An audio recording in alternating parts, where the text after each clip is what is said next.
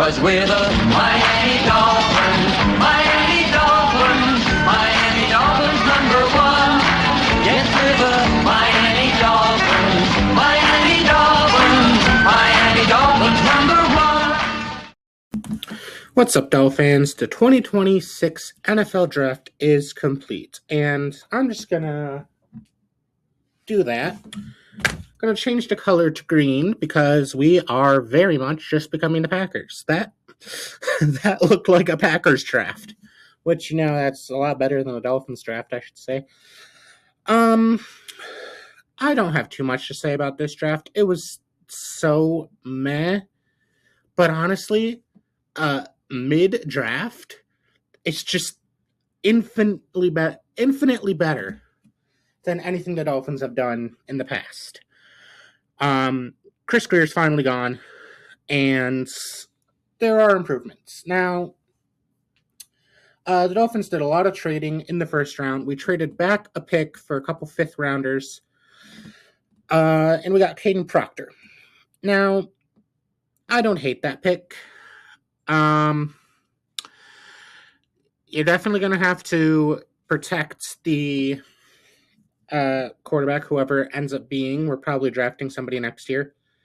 But oh my god, Caleb Downs was right there, and you didn't have to trade. But I guess. Got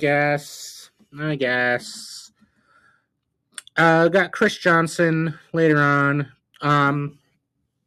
In terms of Caden Proctor, though, there's a lot of talk about the fact that he has weight issues, and there's a lot of talk about how some plays he is just like the best player you've seen on the O-line. And then there's other plays where he just looks extremely fucking lazy. So my issue is the past the Dolphins have been not too great for players with behavioral laziness issues. Because number one, the culture the organization was setting was terrible. And, obviously Mike McDaniel's gone, but under him, basically anything went. And also the fact you can't change this no matter who the coach is, no matter who the owner is, no matter what culture you set. The team's in Miami. So players with these issues, behavioral issues in general, there's a lot of vices, in Miami that you really can't do too much about. So it's going to be interesting to see what this new regime does to fix that issue. In terms of later picks in the draft, Caleb Douglas was rather interesting. I know a lot of people said that if he wasn't injured, he would have gone possibly in the first round. But,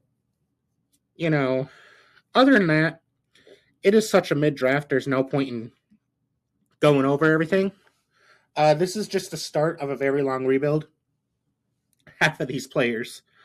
More than half of these players, I do not expect to be around when the Dolphins start competing again. The plan this year is going to be to suck. So you aren't getting players who are going to help you immediately. It's going to be a long, long process, but this is what the Dolphins need.